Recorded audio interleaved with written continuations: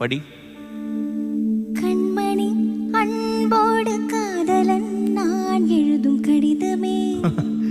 பாட்டாவே படிச்சிட்டியா? அப்போ நானும் முதல்ல கண்மணி சொன்னேன்ல, இங்கே பொன்மணி போட்டுக்க.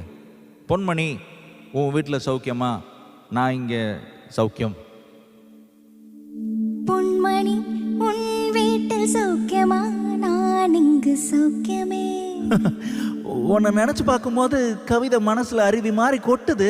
ஆனால் அதை எழுதணும்னு நினைக்கும் போது தான் அந்த எழுத்து தான் அந்த வார்த்தை. அது உன்னை எண்ணி பார்க்கையில் கவிதை கொட்டுது, அதை எழுத நினைக்கையில் வார்த்தை முட்டுது. அதேதான். ஆஹா, பிரமாதம். கவிதை கவிதை படி.